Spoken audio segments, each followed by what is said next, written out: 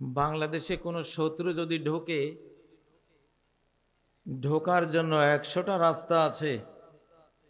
আল্লাহ তাআলা এমন করে রেখেছেন, বাংলাদেশে শত্রুদের ঢোকার 100 রাস্তা আছে, কিন্তু বের হবার রাস্তা একটাও নাই। এই জন্য আলেকজান্ডার দ্য গ্রেট সেও এই বাংলাদেশে ঢোকে নাই। আলহামদুলিল্লাহ। এটাকে বলে ডিফেন্স প্যারাডাইস, প্রতিরোধ যুদ্ধের বেহেশত জান্নাত এই বাংলাদেশটা। কেন এই কথাটা বললাম? যেহেতু সামনে কাজে লাগবে ইনশাআল্লাহ। আজকে আমার যেই বিষয়টি সেটা হলো 2024 সাল, এটি একটি পরিবর্তিত নতুন পৃথিবী গড়ার সাল। 2024 সালে শুধু একটি ফ্যাসিবাদ বিদায় হয়নি, একটি শয়তানি শতাব্দী বিদায় হয়েছে। একটি শয়তানি শতাব্দী বিদায় হয়ে একটি রহমানি শতাব্দী শুরু হয়েছে। আলহামদুলিল্লাহ। আবারও বলেন আলহামদুলিল্লাহ। লিল্লাহে তাকবীর। গভীর রাত হয়েছে, তো এত গভীর রাতে এলমি ওয়াজ করা যায় না। এত গভীর রাতে এই জন্য একটু তাকবীর দিতে হবে, যাতে জ্ঞানটা সতেজ হয়। এখন সবার মধ্যে ঘুমের একটু হাবভাব, আমি তো আধা ঘুমের মধ্যে আছি যেন। এত রাত এই বছর মনে হয় আর ওয়াজ করি নাই। আমরা ওয়াজ শেষ করি 11টার মধ্যেই। এখন বাজে কয়টা? 1টা পার, 1টা সোয়া 1টা, তাই না? এখন মনে করুন আমি ঘুমের জগতে থেকেই ওয়াজ করছি। প্রিয় ভাইরা, আজকে যখন আসি তখন আলাপ হচ্ছিল, এটা তো খিজির আলাইহিস সালামের নদী সাগরের এলাকার মতো, ঠিক না? তা আমার সাথে যে বন্ধু এসছেন, আমি ওনাকে বললাম খিজির আলাইহিস সালামের একটু ওয়াজ করবো আজকে, অল্প। খিজির আলাইহিস সালাম একটা নিষ্পাপ শিশুকে হত্যা করেছিলেন না?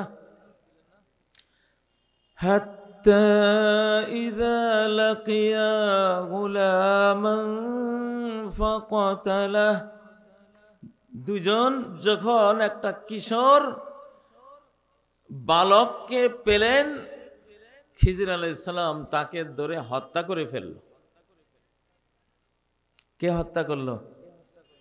খিজির আলাইহিস সালাম, যাকে আল্লাহ তাআলা জানিয়েছেন যে শিশুটা কি, ভবিষ্যতে কি হবে, তার কারণে তার মা বাবা কি হবে জানিয়ে দিয়েছিলেন। মুসা আলাইহিস সালাম সেটা তিনি খবর পাননি, আল্লাহ ওনাকে জানাননি। নিষ্পাপ একটা শিশুকে মেরে ফেললেন। যা হোক, মুসা আলাইহিস সালাম অভিযোগ দিলেন যে এত বড় একটা পবিত্র আত্মা নিষ্পাপ শিশু হত্যা করলেন কেন?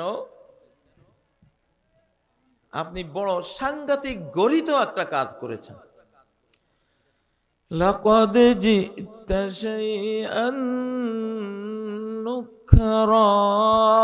আপনি বড় মুনকার, সাংঘাতিক মুনকার। আকলে শরীয়তে যেটা ইনকার করে, মানুষের সহজাত স্বভাব প্রকৃতি যেটাকে অস্বীকার করে, যেটাকে ডিনাই করে, এমন একটা মহা অপরাধ আপনি করেছেন। পরে খিজির আলাইহিস সালাম বুঝিয়ে দিলেন যে আমি যে ওকে হত্যা করলাম, আপনি সবর করতে পারলেন না।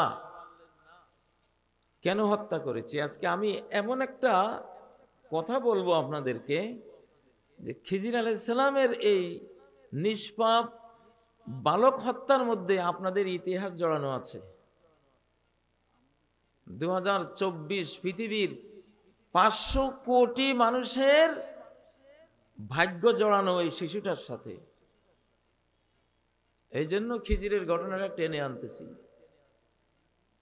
দেখুন, কোরআনের ব্যাখ্যা, তাফসীর, আমরা তাফসীর বলি, তাফসীরুল কোরআন বলি, কিন্তু কোরআনে আল্লাহ কোথাও বলেন নাই যে তোমরা আমার কোরআনের তাফসীর করো। একটি আয়াতেও নাই, সারা কোরআনে একটি আয়াতেও নাই যে আমার কোরআনে তোমরা তাফসীর করো। তাফসীর তো আমি করব, আল্লাহ নিজে করবেন। সূরা ফুরকানে আল্লাহ বলেন, ইল্লা জিনাকা বিল হাক্কি ওয়া আহসানা তাফসীরা।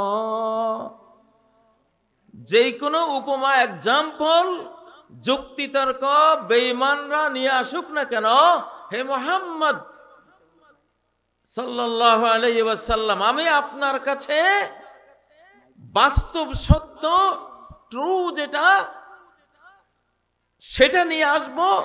ও আহসানা তাফসীরা, তাদের ব্যাখ্যার চেয়েও আরো সুন্দর ব্যাখ্যা, বিশ্লেষণ, সুন্দর তাফসীর আমি আল্লাহ স্বয়ং নিয়ে আসব। তাহলে কোরআনের তাফসীর করেন কে? আল্লাহ। এখন হয়তো অনেকে ভাবতেছেন যে তাহলে আমরা যে তাফসীরুল কোরআন মাহফিল নাম দিই, তাহলে এটা কেমন কথা? হ্যাঁ, এটাও একেবারে ভুল না, এটা ভুল না, কিন্তু একেবারে অ্যাকুরেট আমাদের করণীয় সম্বন্ধে কোরআনে বারবার বলেছে, আফালা ইয়াতাদাব্বারুন,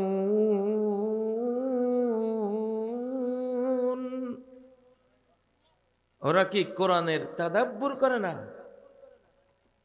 গবেষণা করে না, চিন্তা ফিকির করে না, কোরআন অ্যানালাইসিস করে না?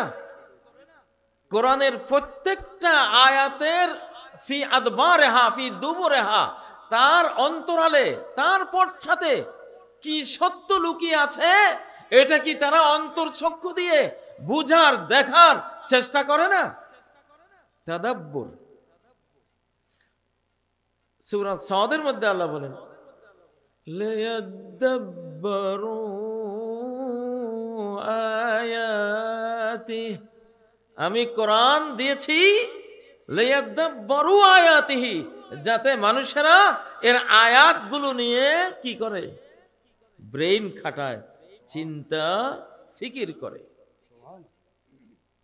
সূরা নাহলের মধ্যে বলেন, ওয়ালাআল্লাহুম ইয়াতাফাক্কারুন, আর যাতে তারা এই কোরআন নিয়ে ফিকির করে, চিন্তা করে। কোথাও কিন্তু তাফসীর শব্দ কোরআন নিজে আমাদের ডিউটি হিসাবে দেয় নাই। আমি আপনাদেরকে আজকে যে জিনিসটা বলবো, নুআইম ইবনে হাম্মাদের একটি হাদিস, কিতাবুল ফিতানের,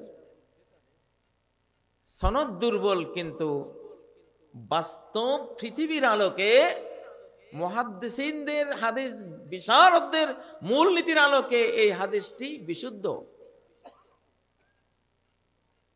সামনের ঘটনা প্রমাণ করবে, সেই দিকে যাচ্ছে পৃথিবী, যে লা ইয়াখরুজুল মাহদি, ইমাম মাহদি আসবে না, হাত্তা ইউকতালা সুলুস ওয়া ইয়ামুতা সুলুস ওয়া ইয়াবকা সুলুস।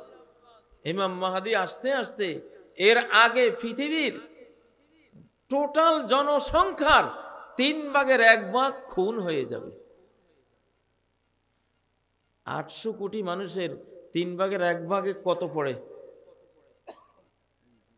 প্রায় 250 কোটি প্লাস। 250 কোটি মানুষ। বাংলাদেশে মানুষ আমরা কত আছি? 20 কোটি থেকে 30 বা 40 কোটি। বাংলাদেশের চালাক বেশি তো, জনসংখ্যা আমেরিকারে জানায় না, ইউরোপে জানায় না, জানালে জন্ম নিয়ন্ত্রণের পয়সা দিবে না ওরা। সেই 1997 সালে জনসংখ্যা হিসাব করেছে 17 কোটি। আজকে 2024, 2025 নাকি? কত বছর? 29 বছর। 29 বছরে কি 17 কোটি রয়েছে? হ্যাঁ, আমার হিসাবে অন্তত 35 থেকে 40 কোটি মানুষ আমরা বাংলাদেশে আছি, বিশাল দেশ। আলহামদুলিল্লাহ বলেন, আমাদের মায়েদেরকে ধন্যবাদ। এই যুগে 20 কোটি জনসংখ্যা না হলে সেই রাষ্ট্রের ভ্যালু নেই, সেই রাষ্ট্রের কোনো দাম নাই। এই জন্য রজব তাইয়্যিব এরদোগান, তুরস্কের প্রেসিডেন্ট, ওনার মাত্র 8 কোটি লোক। এই জন্য উনি মুসলিম জাহানের বিভিন্ন দেশের সাথে অ্যালায়েন্স করতেছে, সখ্যতা করতেছে জনসংখ্যার ঘাটতি পূরণের জন্য। কাজাকিস্তান, তুর্কমেনিস্তান, তারপরে এই আজারবাইজান, এইসব দেশের সাথে। কিন্তু বাংলাদেশের আল্লাহ দিয়ে দিছেন, কারণ আমরা বিশাল শক্তির ঘেরাওর মধ্যে আছি না? তো হাদিসটা বলতেছে ইমাম মাহদি যে আসবে এখন 2024-25 থেকে, এখন এটা কিন্তু শয়তানের যুগ না, এটা আল্লাহর যুগ। কার যুগ? এটা ডাইরেক্ট আল্লাহর যুগ। ওয়াযাক্কিরহুম বিআইয়ামিল্লাহ, মানুষকে আল্লাহর আইয়াম দিয়া, আইয়াম মানে মুতলাকুল ওয়াক্ত, সময়, আল্লাহর সময়, আল্লাহর যুগ। সময় যখন আল্লাহ নিজ হাতে নিয়ন্ত্রণ নিয়েছেন, নিয়ন্ত্রণ নিয়ে এক সময় ফেরাউনকে মেরেছেন, নমরুদকে মেরেছেন, নূহের জাতিকে মেরেছেন, আব্রাহাকে মেরেছেন না? ওই সময়টা ডাইরেক্ট আল্লাহ নিয়ন্ত্রণে নিয়েছেন, মানুষ পারবে না। এই জন্য সরাসরি কেন্দ্রীয় শাসন, ঠিক নয় কি? ও ভাইয়েরা, তো আমাদের এই যুগে 250 থেকে 350 কোটি মানুষ খুন হবে। যে অ্যাটম বোম বানিয়ে রেখেছে, পারমাণবিক বোমা বানিয়ে রেখেছে, রাশিয়া, ইউক্রেন, ইউরোপ যদি যুদ্ধ লাগে, ধরেন ওখানে চলে যাবে 1-150 কোটি। পাকিস্তান, ভারত তো লেগে আছে অলরেডি। ইসরায়েলের ইহুদিরা আসি খেপাচ্ছে যে পাকিস্তানকে মারো। পাকিস্তানও রেডি রাখছে যে আমাকে মারলে আমিও ছাড়বো না, তামা করে দেব, ঠিক না? রাজীব গান্ধী যখন ছিলেন, তখন পাকিস্তানের পারমাণবিক চুল্লি ধ্বংস করার জন্য আমেরিকা, ইসরায়েল, ভারত একসাথে ষড়যন্ত্র করেছিল। সাদ্দাম হোসেনেরটা ধ্বংস করে দিয়ে, ইরাকের সাদ্দামের পারমাণবিক চুল্লি ধ্বংস করে দিয়ে পাকিস্তানেরটা ধ্বংস করতে চেয়েছিল। কিন্তু পাকিস্তানি গোয়েন্দারা জেনে গেছে রাত 12টায়, ওরা আক্রমণ করতো 1টা-2টার দিকে, 12টায় পাকিস্তানি গোয়েন্দা জেনে গেছে যে আমাদের পারমাণবিক মুসলিম জাহানের যেই আত্মরক্ষার বিরাট একটা শক্তি, এটা ধ্বংস করে দিবে আজকে। জিয়াউল হক তখন বেঁচে ছিলেন। প্রেসিডেন্ট জিয়াউল হক বললেন, সাথে সাথে আমার বিমান বাহিনী এক ঝাঁক ভারতের দিকে মুভ করো, আরেক ঝাঁক ইসরায়েলের দিকে মুভ করো, আমাকে যদি আক্রমণ করে আমি উড়াই দেব। পরে ওরা খবর পেয়ে গেছে যে পাকিস্তান সজাগ হয়ে গেছে, সাহস করে নেই। তখন ভারতে একটা ক্রিকেট খেলা চলছিল, সেই ক্রিকেটে বিভিন্ন প্রেসিডেন্টদের আসার দাওয়াত ছিল। জিয়াউল হক সরাসরি আসলেন ক্রিকেটের মাঠে। রাজীব গান্ধী আর উনি খেলা দেখলেন। খেলা শেষে প্রেসিডেন্ট জিয়াউল হক বললেন, রাজীব, শুনেছি আমার পারমাণবিক চুল্লিতে হামলা করার চক্রান্ত করতেছেন, তো যদি সেটা করেন তাহলে পৃথিবীর মানুষ চেঙ্গিস খান, হালাকু খানের ইতিহাস ভুলে যাবে, নতুন করে রাজীব আর জিয়াউল হকের ইতিহাস লিখবে। কারণ আপনি যখন আমাকে তামা করবেন, আমি গোটা ইন্ডিয়াকে তামা করে দেব। তো ইন্ডিয়া হিন্দুদের দেশ, পৃথিবীতে একটাই আপনার হিন্দুস্তানের হিন্দু জাতির দেশ একটাই, আর আমার মুসলমানের দেশ আছে 57টা। আমার পাকিস্তান গেলে আরো 56 রাষ্ট্র আছে আমার। এই কথা শোনার পরে রাজীব গান্ধী আসতে থেমে গেছে। ঠিকই তো কথা, যদি ওরা আমার দেশটাকে মেরে দেয়, আমার তো হিন্দু রাষ্ট্র একটাই। আমি কথাগুলি কেন বলতেছি? মানসিক প্রস্তুতি নিতে হবে। বাংলাদেশে আপনাদের এখন দায়িত্ব কি?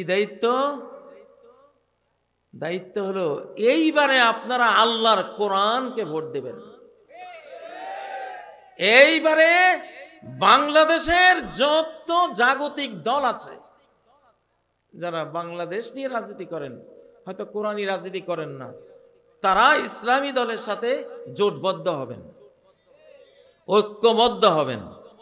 উলামা জনতা বিপ্লব, উলামা জনতা, জনতার ফরজ উলামার সাথে থাকা, উলামার ফরজ জনতাকে নিয়ে থাকা, যেটা নবীরা করতেন। কারা করতেন? আনাদু ইলাইয়া ইবাদাল্লাহ। মুসা আলাইহিস সালাম বলেন, হে ফেরাউন, আল্লাহর বান্দাদেরকে রেখে তুমি কি করবা? তুমি তো ফেরাউন, তোমার বান্দা নাও নয় তো এরা, এদেরকে আমার কাছে দাও, আমি নবী, আল্লাহর বান্দাদেরকে আমি হেদায়েতের পথ দেখাবো। এখন কি নবীরা আছে? কারা আছে? আলেমরা আছে। নবীদের যুগে জনগণ নবীদের সাথে থাকা ফরজ। আন আরসিল মাইয়া বনি ইসরাঈল,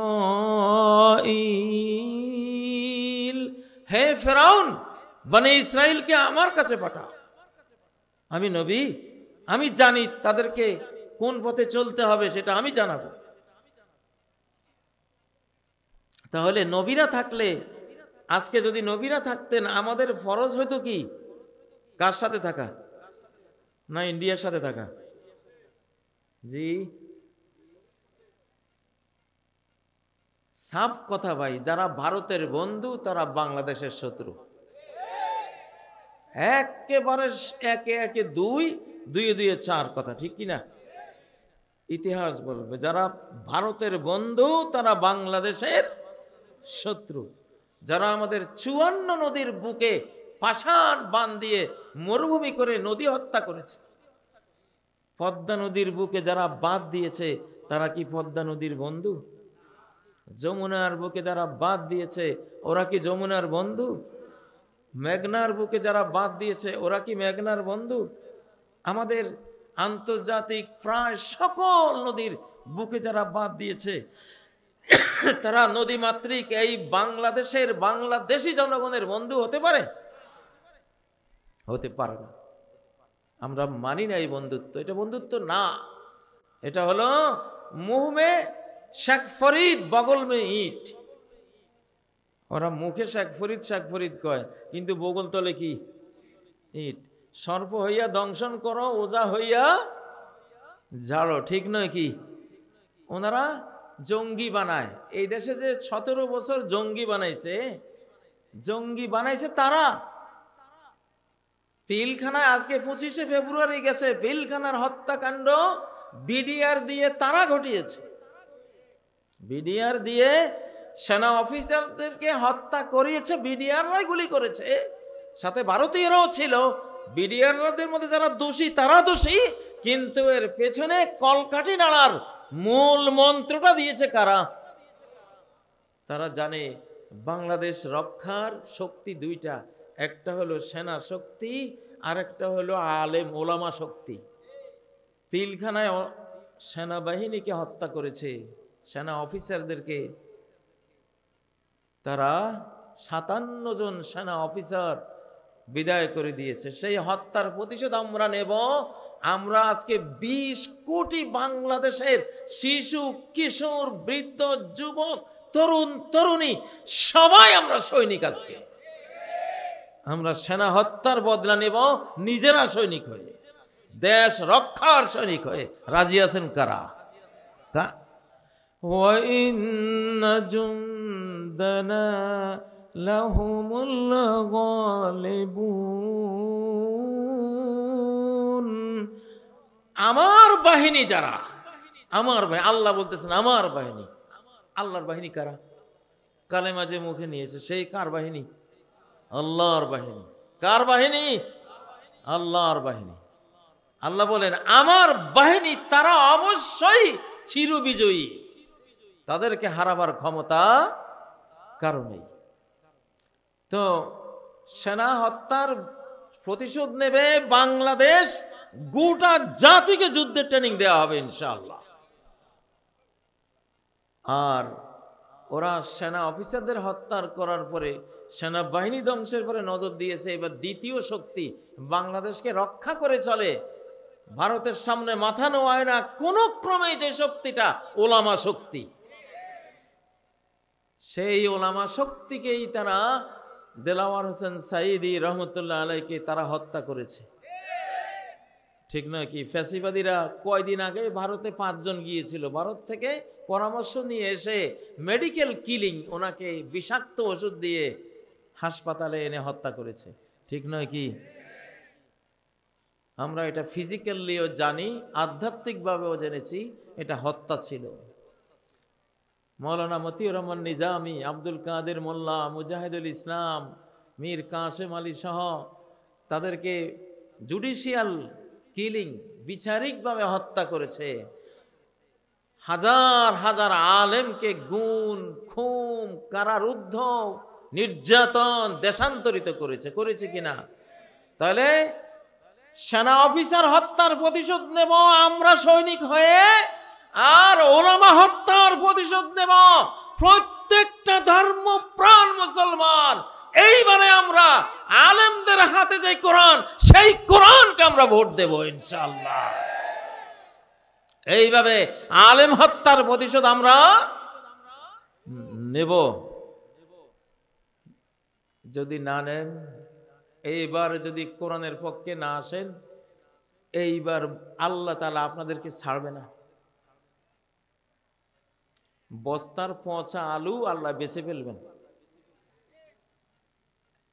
গৃহস্থেরা যখন দেখে বস্তার ভিতরে পেঁয়াজ, আলু পচা শুরু হয়ে গেছে, তখন পচাগুলি তাড়াতাড়ি বের করে ফেলে না দিলে, ডাস্টবিনে ফেলে না দিলে, নর্দমায় ফেলে না দিলে, ওই পচাটা বস্তায় থাকলে পুরা বস্তার ভালো আলু পেঁয়াজ সব কি নষ্ট হয়ে যাবে। যাবে কিনা? আপনারা কি পচা পেঁয়াজ হবেন, পচা আলু হবেন? কারা কারা হবেন হাত তোলেন। এই যে পাইছি, পচা আলু পচা পেঁয়াজকে যে এইবার নিয়ত করতেছে আমি কোরআনের ভোট দেব না, সেই পচা পেঁয়াজ। যে এবার নিয়ত করবে আল কোরআনকে ভোট দেব না, কোরআনের আলেমদের সাথে জোটবদ্ধ হব না, ইন্ডিয়ার পক্ষে যাব, যে নিয়ত করবে সেই পচা আলু। আমি ভাই কোনো হেয়ালি ওয়াজ করি না, আপনাদেরকে সংবাদ দিয়ে গেলাম। এই পচা আলুর কাতারে যে যাবে, ওই যে বলা হয়েছে যে 1/3 খুন হবে, 1/3 মারা পড়বে, মানে 2/3, মানে 500-550 কোটি মানুষ পচা আলু এই পৃথিবী থেকে, পৃথিবীর সৃষ্টিকর্তা, মানুষের সৃষ্টিকর্তা আল্লাহ তাআলা বিদায় করে দেবেন, বিদায় করে দেবেন। সূরা কাহফের যে শিশু হত্যার কথাটা বললাম, ওখানে ইমাম হযরতে খিজির আলাইহিস সালাম ছেলেটাকে মারলেন, আল্লাহর কাছে দোয়া করলেন ছেলের বদলে একটা মেয়ে সন্তান দেবে, সে মেয়ের ঘরে নবী জন্ম হবে।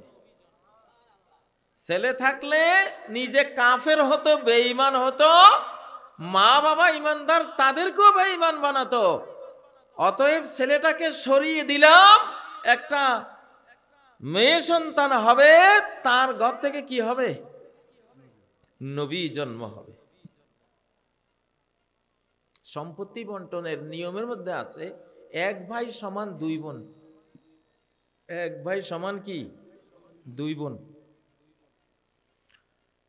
আর 2 বোন আর 1 বোন সামনে জন্ম হবে, কয়জন হইল? 3 জন। আমার যেন মনে হয় এখানে আল্লাহ শেষ জামানার জন্যই তো এই কোরআনের ঘটনাগুলি দিয়েছেন, ওই জামানা থেকে শেষ জামানা পর্যন্ত। তো 3 ভাগ, 3 বোন সমান সমান জনসংখ্যার, বিশ্ব জনসংখ্যাকে আল্লাহ 3 ভাগ করেছেন। 1 ভাগ খুন, 1 ভাগ মারা পড়বে, 1 ভাগ বাঁচবে। তাহলে 2 ভাগ খুন হবে। ওই যে খিজির আলাইহিস সালাম ছেলেটাকে মারলেন, ওই মরার ভিতরে কয় ভাগ গেছে? এক ছেলে সমান 2 ভাগ না, 2 বোন না, 2 ভাগ গেছে গা। তার মানে খিজির আলাইহিস সালামই তো বুঝেন যে সামনে কাকে মারতে হবে, কোনটা বেঈমানি করবে, যেটা বেঈমানি করবে ওই পচা আলু সরাই দাও, ঠিক না? ওই পোলাটা ছিল পচা আলু। ওই পোলাটা কি ছিল? فَخَشِينَا أَن يُرْهِقَهُمَا طُغْيَانًا وَكُفْرًا। আমি ভয় পেয়েছি এই পোলাটা বেঈমান হয়ে মাকেও বেঈমান বানাবে, তাদেরকে আল্লাহ দ্রোহী বানিয়ে ছাড়বে। পচা আলু কি? এখন এই পচা পোলার সাথে থাকলে মাও পচে যাবে, বাবাও কি পচে যাবে। অতএব পচা আলু সরিয়ে দিল, ঠিক না? এই তাইলে এই পোলাটারে যে সরাইল, এই পোলার ভিতরে 2 বোন লুকিয়ে আছে, 2 বোন সমান, সে একা। তাহলে এই যুগের প্রতি ইশারা যে শেষ জমানায় যেগুলি ওই পোলার মতো সামনে কোরআনের ভোট না দিয়ে বেঈমান হবি, ইসলামকে সমর্থন না করে বেঈমান হবি, তার আগে তোদেরকে সরাই দেওয়ার ব্যবস্থা করা হবে। ভয় লাগে না? ভয়ের সংবাদ আছে না এই আয়াতে? আজকে আসার সময় এটাই ভাবছি যে খিজির আলাইহিস সালামের এলাকায় যেন ঢুকতেছি, সাগর পার হইয়া দ্বীপে, ঠিক না? তথ্যটা দিলাম আপনাদেরকে। কোরআনের সবচেয়ে উত্তম ব্যাখ্যা হয় যেটা কোরআন নিজের ব্যাখ্যা নিজে করে, অথবা কোরআনের ব্যাখ্যা হাদিসে করে। ডিপ স্টেট, গোপন সংবাদ জানা খিজির আলাইহিস সালামের মতো লোক পৃথিবীতে থাকে, সবসময় থাকে। ওরা ওই গোপন লুকানো সংবাদটা বের করে আনে। তো ভাইয়েরা, এইবারের বার্তা আমি যে আয়াত পড়ছি আপনাদেরকে দিচ্ছি, সূরা আল মায়েদার 49 এবং 50 নম্বর 2টা আয়াত। আল্লাহ আপনাদেরকে বলছেন নবীর মাধ্যমে, وَأَنِحْكُمْ بِمَا أَنزَلَ اللَّهُ।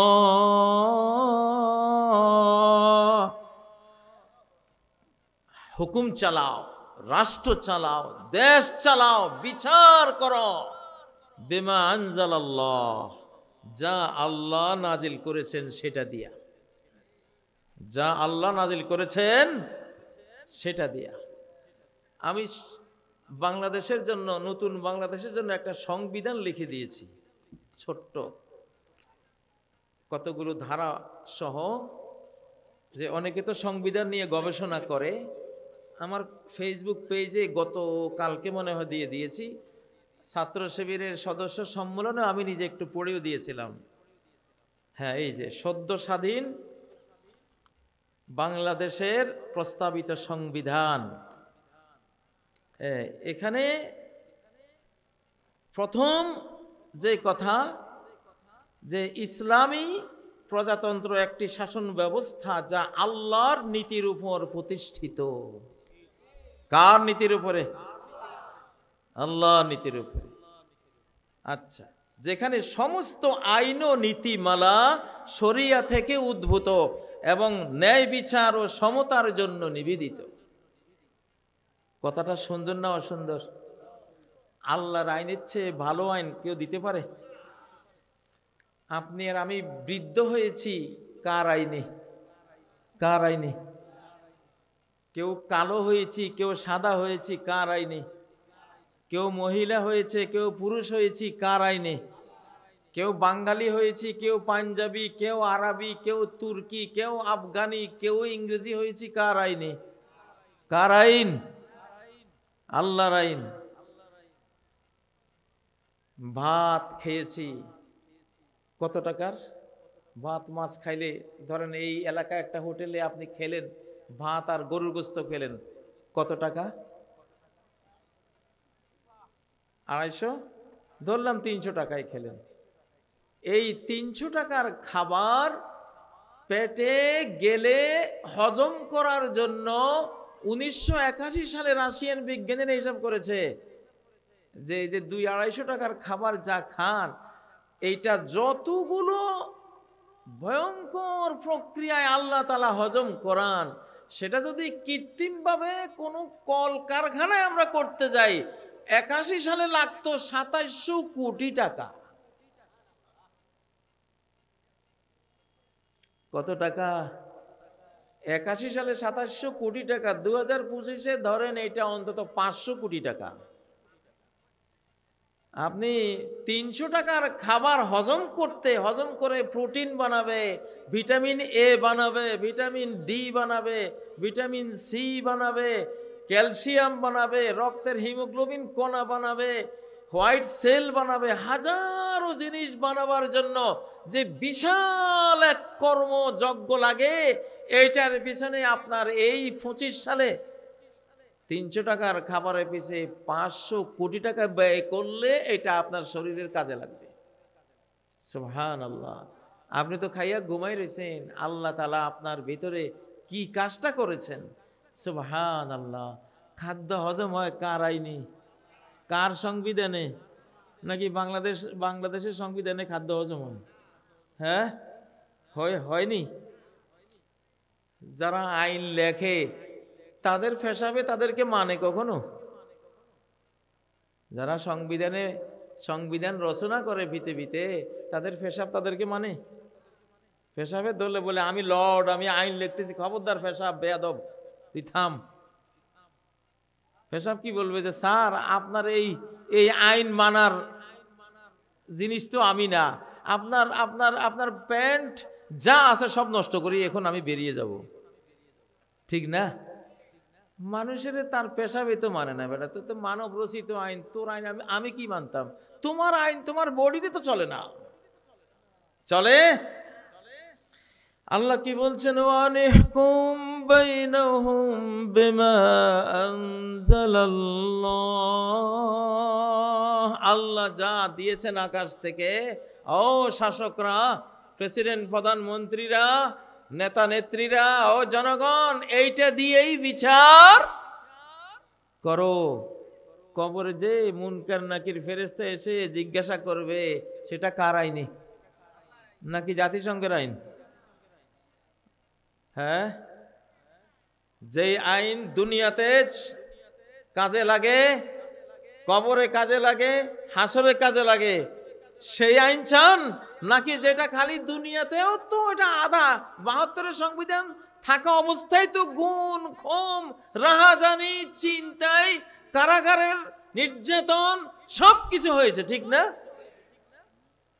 আবারও কি সেটারে ভোট দিবেন? এইবার বাঁচা মরার মাসালা। ভাইয়েরা, আল্লাহ বলতেছেন ওয়ালা তাত্তাবি আহওয়াহুম। একবার প্রথম বলেছেন যে আল্লাহর আইনে বিচার করো। 2 নম্বর সতর্কতা, ওয়ালা তাত্তাবি আহওয়াহুম। পৃথিবীতে বহু নফসের কুপ্রবৃত্তি যার যা মনে চাইছে এরকম লিখে রাখছে, খবরদার ওগুলি তোমরা অনুসরণ করো না। আল্লাহর কারখানা যদি আল্লাহর হয়, নিয়ম চলবে কার? কার? জোরে বলেন কার? তাকবীর, লিল্লাহে তাকবীর। আপনারা তো এমন এক সময়, এখন আমি ওয়াজটা করছি, এই সময়ে জ্ঞানের ওয়াজ শোনার তো সময় না, ঠিক না? এই সময় মায়েরা শিশুদেরকে একটু গজল টজল গাইয়া ঘুম পাড়ায়, ঠিক না? যাই হোক, আমি আসলে এখানে 8টা পয়েন্ট, একটা আয়াতে আল্লাহ বলতেছেন খবরদার আমার আইন ছাড়া যদি তুমি অন্য কোনো আইনের দিকে যাও, কি হতে পারে দেখো। 1 নম্বরে বললেন আল্লাহর নাজিলকৃত আইনেই তুমি দেশ চালাবা, বিচার করবা, সমাজ চালাবা, বিশ্ব চালাবা, দেশ চালাবা, সব করবা, তুমি নিজে চলবা। 2 নম্বর, কার মনে কি চাইলো, 72-এর সংবিধানে কি আছে, ভারতের সংবিধানে কি আছে, আমেরিকার সংবিধানে কি আছে, এইসব আহওয়া, এসব নফসের কুপ্রবৃত্তি অনুসরণ করো না। 3 নম্বর, ওয়াহযারহুম আন ইফতিনুক সাবধান, ওরা তোমাকে আল্লাহর কোরআন থেকে, আইন থেকে সরিয়ে মানুষের রচনা করা কোনো আইনের দিকে নিয়ে যাইতে পারে। সাবধান, আল্লাহ সাবধান করছেন, সাবধান, মহা বিপদে পড়ে যাবা। আল্লাহর সামান্য কোনো বিধান থেকে তুমি দূরে সরতে পারো না। আসলে আমার মনটা চায় না আপনাদেরকে এত গভীর রাতে গভীর জ্ঞানের ওয়াজগুলি করি, কারণ দেখতে পাচ্ছি সবার ঘুমের ঝাঁকুনি। এটা নিষেধ ইসলামে। শ্রোতাদের আগ্রহের মুহূর্তেই ইসলামের সুন্দর কথাগুলি দিতে হয়, তাদের দুর্বলতার মুহূর্তে না। ইবনে মাসউদের হাদিস সহিহ বুখারীর ইলম অধ্যায় আছে, কানা রাসূলুল্লাহি সাল্লাল্লাহু আলাইহি ওয়াসাল্লাম ইয়াতাখাওয়ালুনা বিল মাউইযাতি ফিল আইয়াম মাখাফাতাস সাআমাতি আলাইনা। নবী সাল্লাল্লাহু আলাইহি সাল্লাম আমাদের দিকে খুব খেয়াল রাখতেন যে আমরা কি ঘুমাচ্ছি, ঘুমে জুড়াচ্ছে না, শুনতে শুনতে ক্লান্ত হয়ে গেছি। উনি ওয়াজ করতে যখন বসতেন শ্রোতাদের প্রতি খুব লক্ষ্য রেখে ওয়াজ করতেন। শ্রোতারা যখন ক্লান্ত শ্রান্ত ওই রকম সময় তিনি কথা বলতেন না। তাইলে আমার কি বলা উচিত? আমারও বলা উচিত না। প্রিয় ভাইরা, এই জন্য কথা আসলে লম্বা করব না, তবে বাংলাদেশের জন্য মেসেজটা যেটা দিয়ে যাব, এইবার আমি দেখতে পাচ্ছি 2025 সালে এমনও হতে পারে একটা পারমাণবিক যুদ্ধ ভারত, পাকিস্তান, রাশিয়া, ইউরোপ মিলে হলো, লাস্টে আমেরিকা, চীন লাগলো, লেগে গোটা পৃথিবী পারমাণবিক কালো ধোঁয়ায় ছেয়ে গেল। আর অলৌকিক যুগ, এটা এই অলৌকিক যুগে যে 10টা অলৌকিক বড় বড় ঘটনা ঘটবে, একটা হলো দোখান। সূরা দোখানের আয়াত 10 নম্বর আয়াত, ফারতাকিব ইয়াওমা তা'তিস সামাউ বিদুখানিম মুবিন।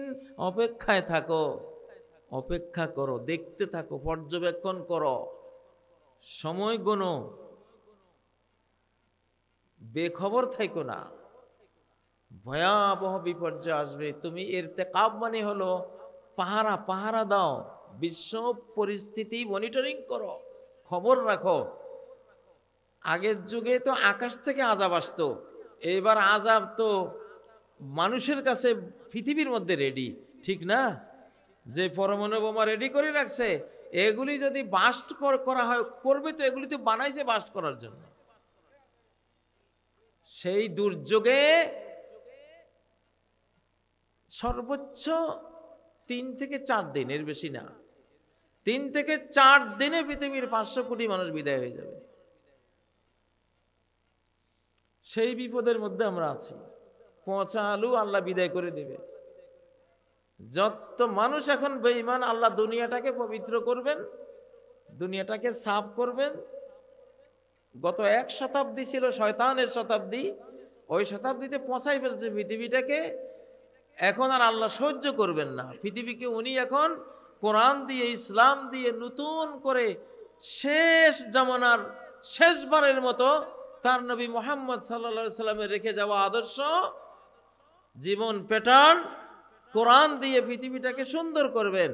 তো এটার জন্য বাধা হবে পচা আলুগুলি, 500-550 কোটি পচা আলু, এগুলি সব বাছাই হবে এখন। খবরদার, পচা আলু কেউ হবেন না। আমি ভাই কিন্তু ওয়াজ করি না, এটা ওয়াজ না, আপনাদেরকে একবারে মরার খবর দিয়ে গেলাম। আমি এটা হবে, এটা বাস্তব। ওই যে খিজির আলাইহিস সালামের ঘটনা থেকে ইঙ্গিত দিলাম, নুআইম ইবনে হাম্মাদের হাদিস, এবং বর্তমান বিজ্ঞানীরা সবাই বলতেছে হ্যাঁ এটা ঘটবে, এটা আসতেছে। বিশ্ব পরিস্থিতি সেদিকে যাচ্ছে। এবং 2025-এই স্যামসাং কার্টুন আছে, ওরা বলতেছে পাক ভারত যুদ্ধ লেগে যাবে, পারমাণবিক যুদ্ধ, 2025। এবং কোরআন হাদিস ঘেটে দেখা যাচ্ছে ওই দিকেই ঘটনা যাচ্ছে। বাংলাদেশও এর থেকে মুক্ত না, বাংলাদেশও এর থেকে মুক্ত না। ভারত কাশ্মীর হারিয়ে ফেলবে, কারণ পাকিস্তান, আফগানিস্তান সহ গোটা মুসলিম শক্তি কাশ্মীর কেড়ে নেবে ওর থেকে। তখন সে বাংলাদেশের উপরে ঝাঁপাই পড়বে নিরুপায় হয়ে, তারও বাঁচার উপায় নেই, সে করবে এটা, সে তো ষড়যন্ত্রকারী। করতে গেলে আমরা অত ছাড়বো না, ঘাত প্রতিঘাতে আমরা দিল্লি গোটা ইন্ডিয়া দখল করব ইনশাআল্লাহ, আমরা দখল হবো, এটা হাদিসে আছে। তো এর মধ্যে চলে যাবে কয়েক কোটি মানুষ, এই জন্য রেডি থাকেন। পচা আলু হয়ে আল্লাহর কাছে যান না, ভালো আলুরাও যাবে, তারা শহীদ হবে। কি হবে? ভালো গুলি গেলে সেটা কি শহীদ। আল্লাহ তাদেরকে বাছাই করে নিয়ে যান, অসুবিধা নাই। আমরা তো নিজেকে বিক্রি করে দিয়েছি আল্লাহর কাছে। ইন্নাল্লাহা আশতারা মিনাল মুমিনিন, আল্লাহর সাথে একটা বেচাকেনি হয়েছে কিনা আমাদের? সূরা তাওবার 111 নম্বর আয়াত, যে আল্লাহ মুমিন থেকে তাদের জান মাল সব কিনে নিয়েছে, ঠিক না? বাংলাদেশে এখন ভিতরে ভিতরে অনেক গন্ডগোল চলছে, অনেক গন্ডগোল চলছে। শত্রু দেশ থেকে আমাদের মধ্যে সংঘাত লাগাই দেওয়া হচ্ছে। এক দলের উপরে সাওয়ার হয়ে 17 বছর আমাদেরকে ধ্বংস করেছে। এখন তারা নতুনভাবে কার উপরে সাওয়ার হবে লোক খুঁজতেছে। তো বাংলাদেশে তো মির্জাফরের অভাব নাই, অভাব আছে? মির্জাফরের অভাব নাই, ভয় এখানেই। যদি শুধু মোদি দিল্লিতে বসে ষড়যন্ত্র করতো এত ভয় ছিল না। বিপদ তো হলো মুসলমান যোগ দিছে গিয়া, শত শত নয় হাজার হাজার ফ্যাসিবাদী যোগ দিছে। এই দুই শক্তি যখন যোগ হয়, আমি যেন আমার দুই চোখে দেখতেছি এরা কি করবে। ভাই 1757 সালে মির্জাফর যখন ক্লাইভের সাথে যোগ দিছে, তখন সিরাজ খুন হয়ে 200 বছরের গোলামির জিনজির আমাদের পায়ে লাগছে, ঠিক না? টিপু সুলতান খুন হয়েছে, ইংরেজরা পারে নাই, ইংরেজের সাথে যোগ দিছে টিপুর প্রধানমন্ত্রী মীর সাদেক শিয়া, সে যোগ দিছে। কাফেরের লগে কাফের, একা কাফের কখনো জয়ী হবে না মুসলমানের বিরুদ্ধে, এটা আল্লাহর ওয়াদা।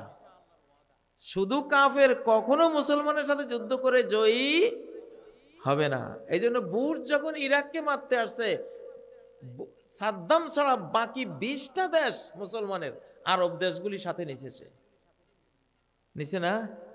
কেন নিচে জানেন? বুশ জানে আমার সাথে মুসলমান এক দল না থাকলে আমি বিজয়ী হব না। আল্লাহ সাহায্য করবে মুমিনকে, এটা আল্লাহর ওয়াদা। ওয়া কানা হাক্কান আলাইনা নাসরুল মুমিনিন, আমার উপরে ফরজ কাফেরের সাহায্য। কার? মুমিনকে সাহায্য করা আল্লাহ বলছেন আমার উপরে ফরজ। তো এটা নবীজি বলছেন, আল্লাহ ওয়াদা করেছেন, আল্লাহ ইউসাল্লিতা আলা উম্মতি আদুওয়ান মিন সাওয়া আনফুসিহিম ফায়াস্তাবিহা বাইদাতাহুম হাত্তা ইউহলিকা বা'দুহুম বা'দা ওয়া ইয়াসবি বা'দুহুম বা'দা। সহিহ মুসলিমের হাদিস, যে আল্লাহ ওয়াদা করেছেন, হে মুহাম্মদ, তোমার উম্মতকে একা কোনো কাফের, ইহুদি, খ্রিস্টান, হিন্দু, বৌদ্ধ, যত বেঈমান আছে সারা পৃথিবীর, সারা পৃথিবীর বেঈমান একসাথে হয়ে যদি তোমার উম্মতকে হামলা করে জয়ী হবে না, আল্লাহ তাআলা তাদেরকে জয়ী হতে দেবেন না। কিন্তু তারা জয়ী হবে কখন? হাত্তা ইউহলিকা বা'দুহুম বা'দা, মুসলমানে যদি মুসলমান হত্যা করে, মুসলমান যদি মুসলমান ধ্বংস করে, মুসলমান যদি মুসলমানকে বন্দী করতে যায়, তখন দুই মুসলমান গ্রুপ যুদ্ধ লাগছে, যে কেউ জয়ী হতেই পারে। এইবার ভয় কেন জানেন? আমি ভয় পাচ্ছি মুদিকে না, মুদি জয়ী হবে না কখনো।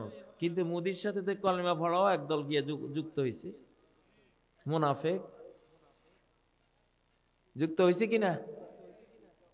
হালাকু খান বাগদাদের 18 লক্ষ মুসলমান জবাই করেছে, একা পারত না। নাসিরউদ্দিন তুসি এক মন্ত্রী, আলকামার ইবনুল আলকামি এক মন্ত্রী, 2 মন্ত্রী তলে তলে হালাকু খানের সাথে মিল দিছে মুসলমানের কারণে হালাকু সুযোগ পাইছে। 18 লক্ষ মুসলমান বিজ্ঞানী ওলামা এদেরকে হত্যা করেছে। তো এইবার বাংলাদেশের কপালে কিন্তু আমি দেখতে পাচ্ছি বেঈমানের সাথে যুক্ত হয়েছে আমাদের গাদ্দার বিশাল এক গ্রুপ। আবার বাংলাদেশেও লেজ লাগাচ্ছে গাদ্দারদের আরেক এজেন্ট এখানে আছে না নাই? আপনারা আমার কথাগুলি এগুলি যে হুজুর কইতেছে আর কি এইভাবে নেবেন না, একেবারে লিখে রাখেন, একেবারে লেখে রাখার মতো সত্য কথা বলে গেলাম, লিখে রাখার মতো সত্য কথা বলে গেলাম। বাংলাদেশ কোন দিকে যাচ্ছে, শুধু মোদির জন্য কোনো ভয়ই ছিল না। মোদির সাথে যারা যোগ দিছে গিয়া এই মুসলমান বাংলাদেশের মুসলমানদের একটা গ্রুপ, এখন ভিতরেও আরেক এদের গাদ্দার বাহিনী, দালাল বাহিনী আছে না নাই? এগুলির শক্তি আর কাফের শক্তি, দুই শক্তি একসাথে হয়েছে। এই জন্য এইবার রক্ত ঝরবে ভাইয়েরা, মানসিক প্রস্তুতি। আমি এই জন্য এখন আমি ঠান্ডা ওয়াজ করতে চেষ্টা করলেও হয় না, ওয়াজটা ওইদিকে নিয়ে যায় আল্লাহ তাআলা। না, তোমার এই যুগের জন্য, বাংলাদেশের এই সময়ের জন্য এইভাবে কথা বলো, সতর্ক করো। সরকারকেও সতর্ক করছি, ভয়াবহ সতর্কতা দিচ্ছি। আমরা ইনশাল্লাহ বিজয়ী হব, কারণ আল্লাহর সাথে আছেন, আমাদের ভয়ের কিছু নাই। জীবন দেওয়ার জন্য রেডি থাকেন, সাফ কথা। জীবন গেলে যাক, নাকি আপত্তি আছে? জীবন কি থাকবে আপনার? থাকবে? আপনার নদীর কূলে এক টুকরা জমি আছে, ফাটল দেখা দিছে, এটা ভেঙে যাবে, আপনি জানতেছেন।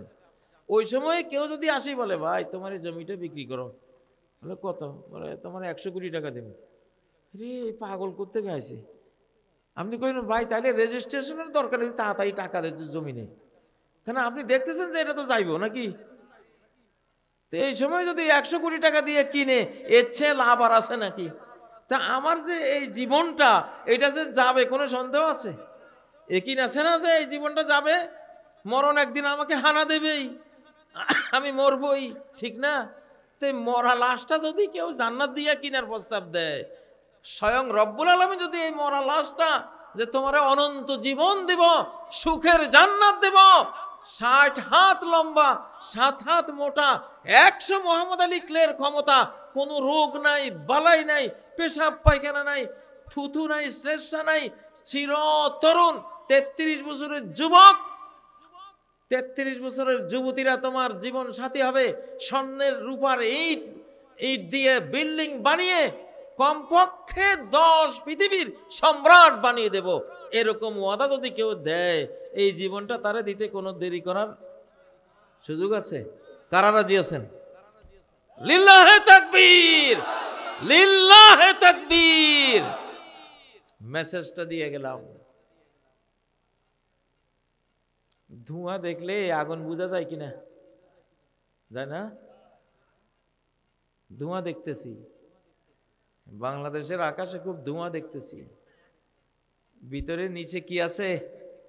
আগুন আছে। इस घर को आग लगी है घर के चिराग से, এই ঘরে আগুন লাগছে যুগে যুগে, এই ঘরেরই চিরাগ থেকে, ঘরের বাতি থেকে এই ঘরে কি লাগছে? আগুন লাগছে। অতএব এই আগুন নিভাবার জন্য যারা বাংলাদেশ প্রেমিক, অবশ্যই তারা ভারতের শত্রু হবেন। ওয়াবাদা বাইনানা ওয়া বাইনাকুমুল আদাওয়াতু ওয়াল বাগদা,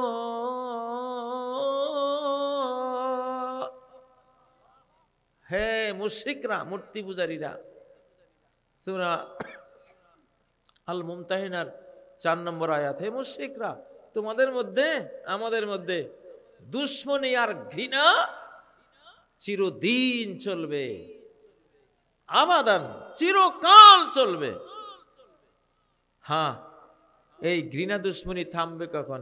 হাত্তা তুমিনু বিল্লাহি ওয়াহদা, এক আল্লাহর প্রতি তাওহীদবাদী হয়ে যখন তোমরা ঈমান আনবে, তখন আমাদের দুশ্মনী থামবে। এর আগে তোমাদের সাথে দুশ্মনী থামবে না। তোমরা আল্লাহওয়ালা হয়ে যাও, তাহলে আল্লাহওয়ালা হলে আর কোনো দুশ্মনী নাই। এই কথা বলতে পারবেন? পার্শ্ববর্তী যেই বেঈমান, আমরা ওই দেশের সাথে শত্রুতা করি না, ওই দেশের সরকার, ওই দেশের সরকার যারা 24 ঘন্টা বাংলাদেশ নিয়ে ষড়যন্ত্র করতেছে, ওই সরকারের বিরুদ্ধে, ওদের দলের বিরুদ্ধে আমরা আছি। হিন্দুত্ববাদী আগ্রাসী বাংলাদেশকে ধ্বংস করতে চায়, চক্রান্তের পর চক্রান্ত করে অশান্তি তৈরি করতে চায়, তাদের বিরুদ্ধে আমরা আছি। ঠিক আছে?